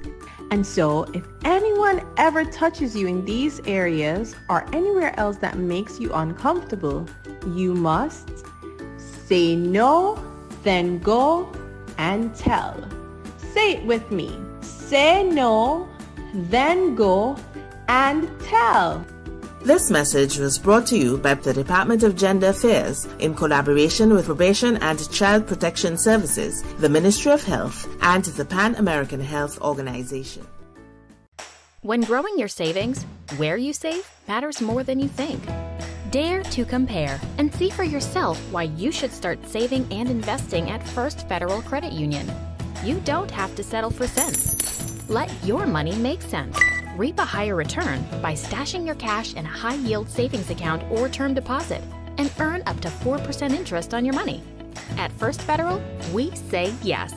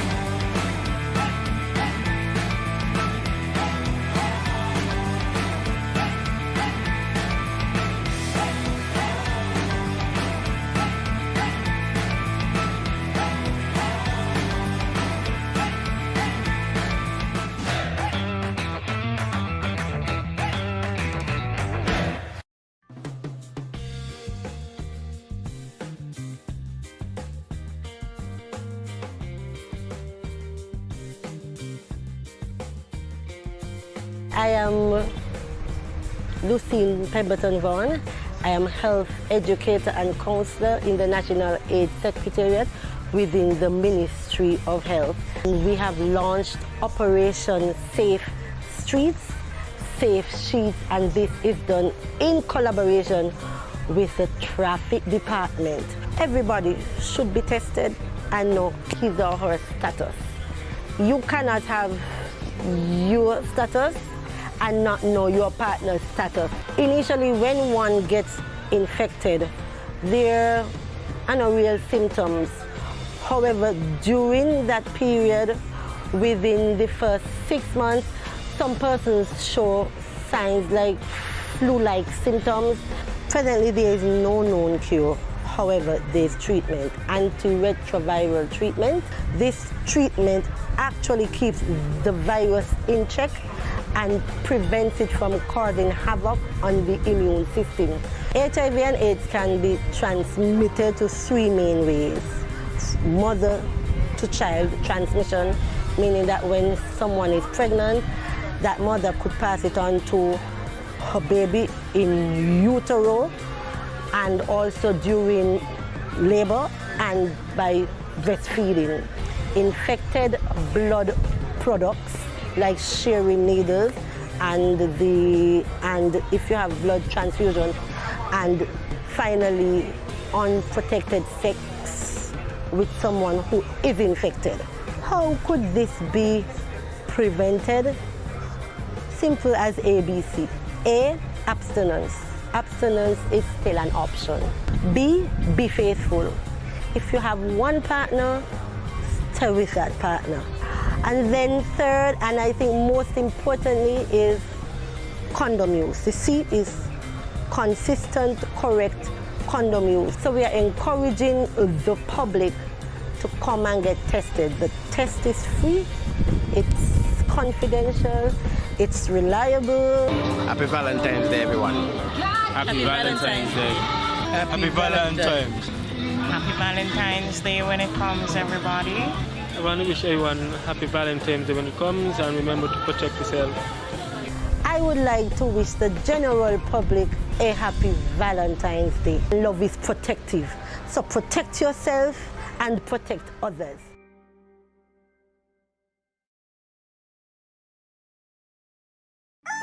You're watching Good Morning SKN with Mimi Armstrong and Jamie Morris, live on Studio 327.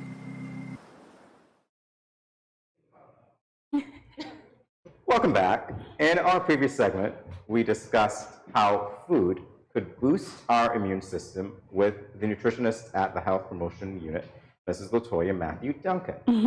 And for this segment, we're going to have some fun with nutrition by doing a smoothie challenge. Smoothies are an absolute go-to for many of us, and this is the one thing in pop culture that is legitimate. There are a few things, but this is one, yes. And apparently we have justification for it. Smoothies are extremely versatile, quick and easy to make, nutrient dense, and I might add, absolutely delicious. That is true. So today we're going to do a smoothie challenge. It's a challenge because we didn't choose the ingredients that you see before you here. No, in fact, we asked our social media followers to do that, and they selected for us. So we have 4 categories on our social media platforms. Let's see what they are. 4 categories. Okay, yeah, we're moving forward. So we have milk. We asked whether dairy or almond. The results are 47% almond and 53% dairy. Maybe more about fiber. We asked strawberries or bananas, and 37% said bananas and 63% said strawberry. I don't know how you're going to make a good tasting smoothie without bananas, but we'll see. Then we asked papaya or pineapple, and 21% said papaya and 79% said pineapple. Seed, chia or flaxseed, and we're here with, so you can see what the winner is, who the winners were. All right, so we'll get down to making our smoothies. Do you make smoothies at home? Well, yes, I do. But I must say, this is a disclaimer for me, because smoothies, I'm sort of missing something. Well, The greens? something, yes. Yeah. We're definitely missing having some vegetables in our smoothie. Right. Because in a smoothie, food's really supposed to be more for the palate to improve the taste, because of some of the, for example, chlorophyll in vegetables might make some smoothies a little bit unpalatable. So we are definitely missing some vegetables. So please note, I had nothing to do with nothing. Neither did we. But we're going to just take a little bit. And I know that I've heard some people say about smoothies, they lack fiber.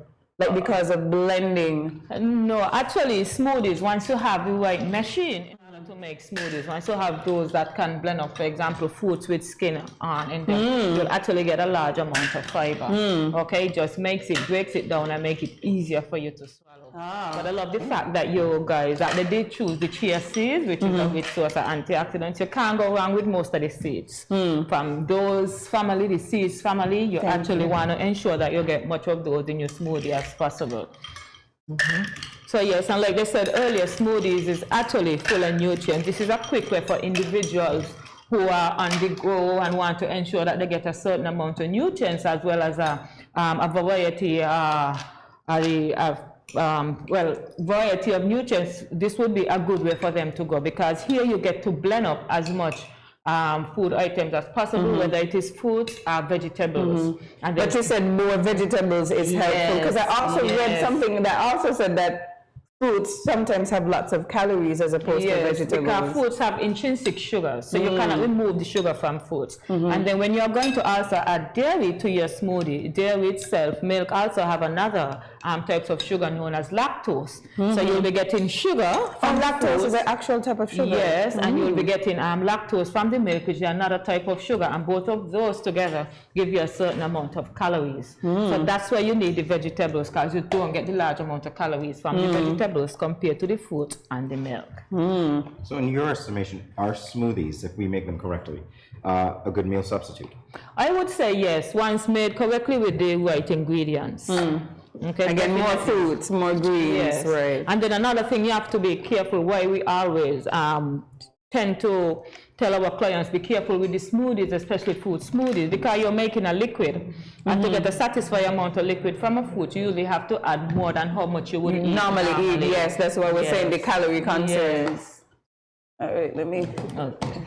So you'll have to push that down. Good.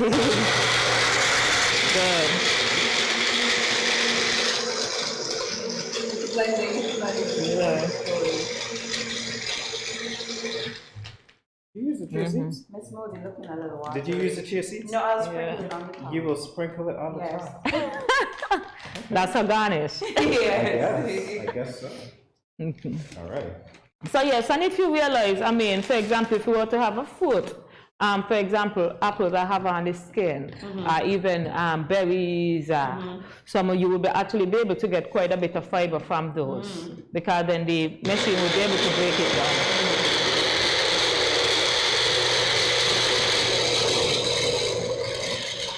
Another thing that I like to put in my smoothies is ginger. Oh yes. Yeah, I really do love ginger, and I know lots of people are using ginger now. Yes, because and it's the flu and cold. Yes, and you know there is a lot more. I mean, in the Caribbean, some vegetables, some condiments, they have their time. You know, like now in St. Kitts, the trend is turmeric. You're hearing turmeric this, turmeric that. Right. You know, and all of them have their place in health. So let's not forsake them. Right. So my smoothie is done. Can we do this in slow-mo? I actually tried putting a lot. Oh, yours is so pretty. Yes, it is. And it's so rich too. Taste test. Wow. This is going to be so objective. It really is going to be.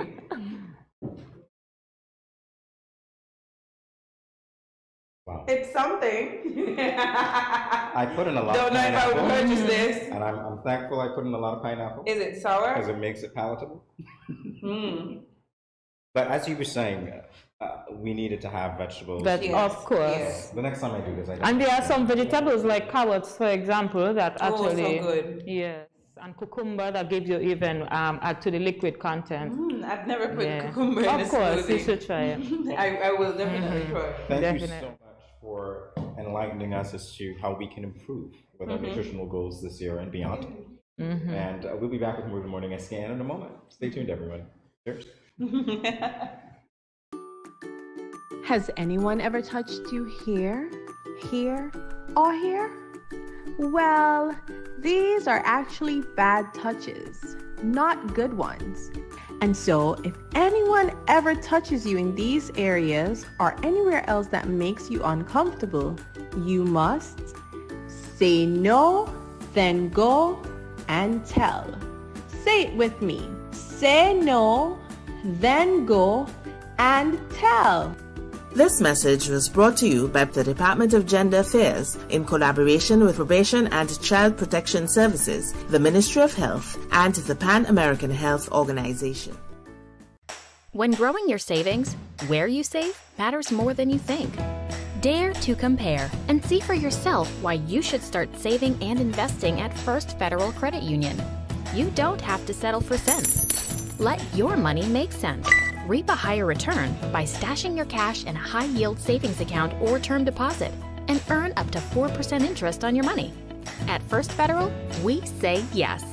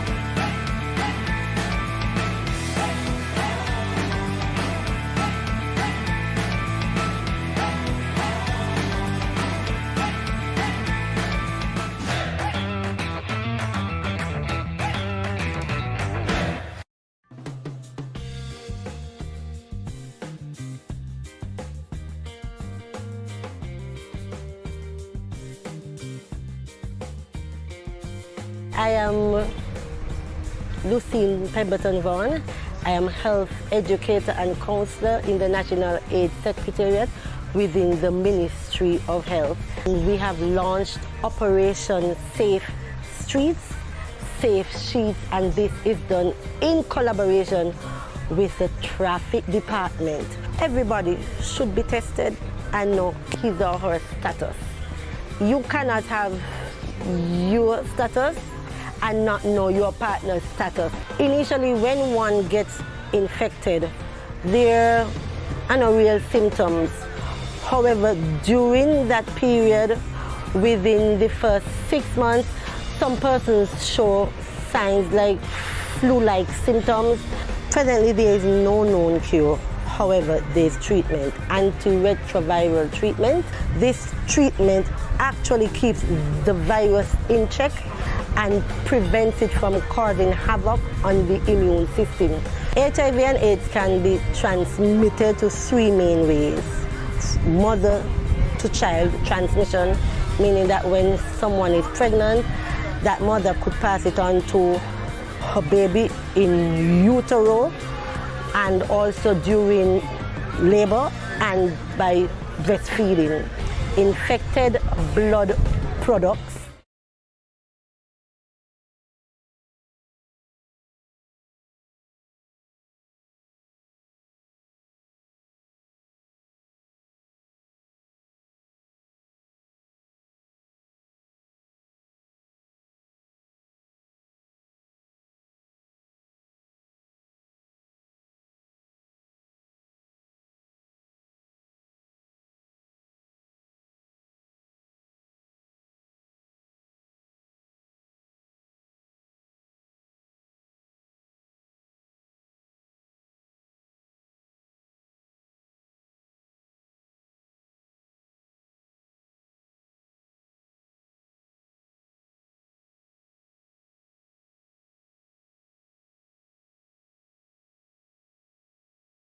I have the honor to present to you the moral leader of our nation.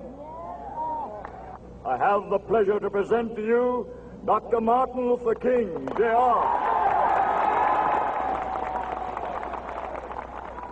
I am happy to join with you today in what will go down in history as the greatest demonstration for freedom in the history of our nation.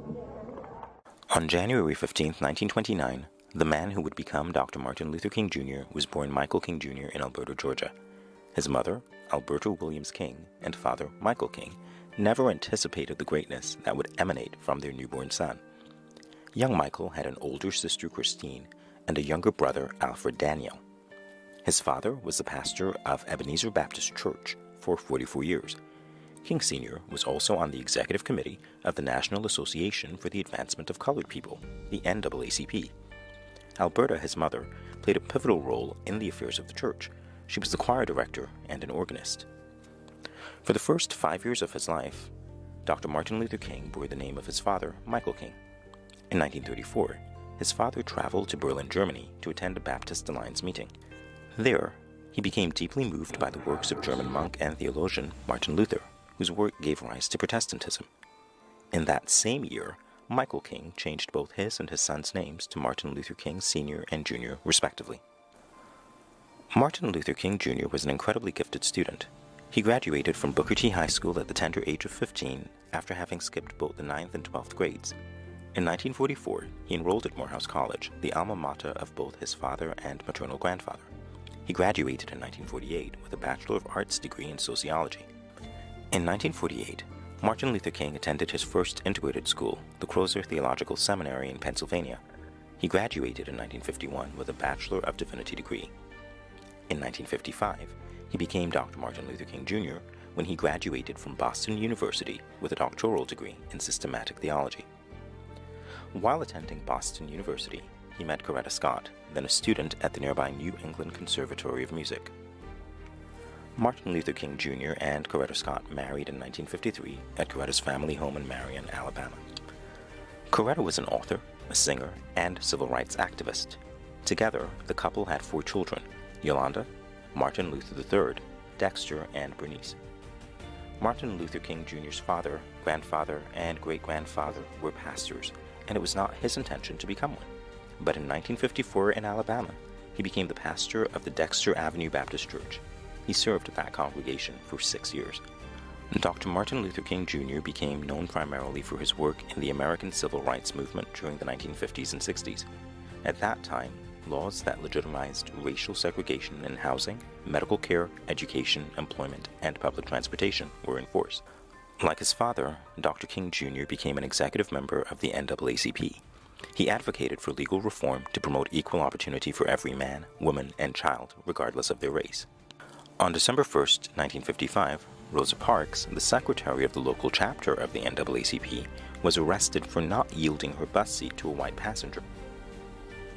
In response, activists formed the Montgomery Bus Association, which contested racial segregation on public transport. King led the Montgomery bus boycott, the first great civil rights protest. It lasted 381 days. The outcome was severe economic strain on the public transit system. It sparked the Supreme Court's decision to declare unconstitutional all laws permitting racial segregation on buses on December 12, 1956. The event that sealed Martin Luther King Jr.'s name in American history, and particularly the civil rights movement, was the 1963 March in Washington. In front of a crowd of over 250,000 civil rights supporters, he delivered his famous speech, "I Have a Dream." I have a dream that one day this nation will rise up, live out the true meaning of its creed. On the steps of the Lincoln Memorial. He dared to dream, and his dream became a reality in 1964 when the Civil Rights Act was passed. In 1963, King was named Man of the Year by Time magazine, and in 1964, he became the youngest person at the time to receive the Nobel Peace Prize. Another monumental march in Martin Luther King's career was the Selma to Montgomery March in 1965. This campaign advocated for African Americans to have the right to vote. The initial marchers were beaten with nightsticks and sprayed with tear gas by state troopers. Recharged, Martin Luther King organized a second march with a procession of 1,500 marchers. Upon approaching the troopers, he encouraged everyone to kneel down in prayer, then turn back. This caught national attention. In August of that same year, the Voting Rights Act of 1965 was passed, which guaranteed the right to vote to all African Americans. The culmination of his advocacy was in 1968 when he traveled to Memphis to support a strike by sanitation workers. It was there in Memphis on April 4th he was assassinated. Dr. Martin Luther King Jr. was a pastor, a poet, and a family man. He had a passion for freedom and justice and was governed by the principle of fairness and his unwavering spirit of love. He was a powerhouse that inspired change, but he was also a man who endured great persecution. He was imprisoned up to 29 times. He and his family were chastised daily, and his family home was bombed in 1956. Still, Dr. Martin Luther King Jr. dared to dream that the world would be better, and indeed, because of him, it is. His speeches, newspaper articles, and letters earned him great respect and echoed the secret sentiments of African Americans everywhere. Today, we honor a legend. His premature death could not erase the progress by the icon that was, and will forever be, Dr. Martin Luther King Jr. himself. He changed the course of American history. His life's work paved the way for the development of society where, as he stated, quote, "Man is not judged by the color of his skin, but by the content of his character." My poor little children will one day live in a nation where they will not be judged by the color of their skin, but by the content of their character. I have a dream today.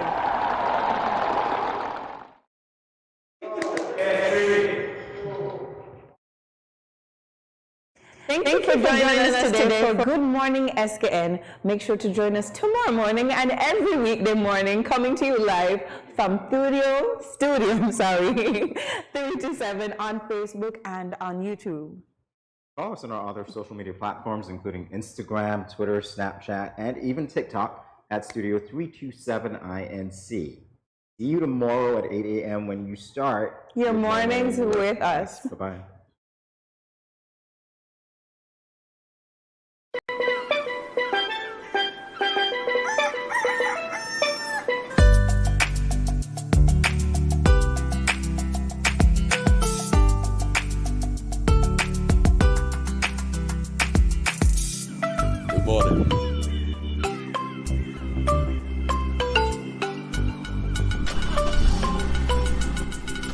Slowly.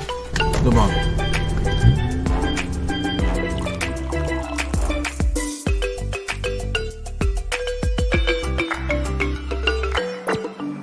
Good morning, SKN.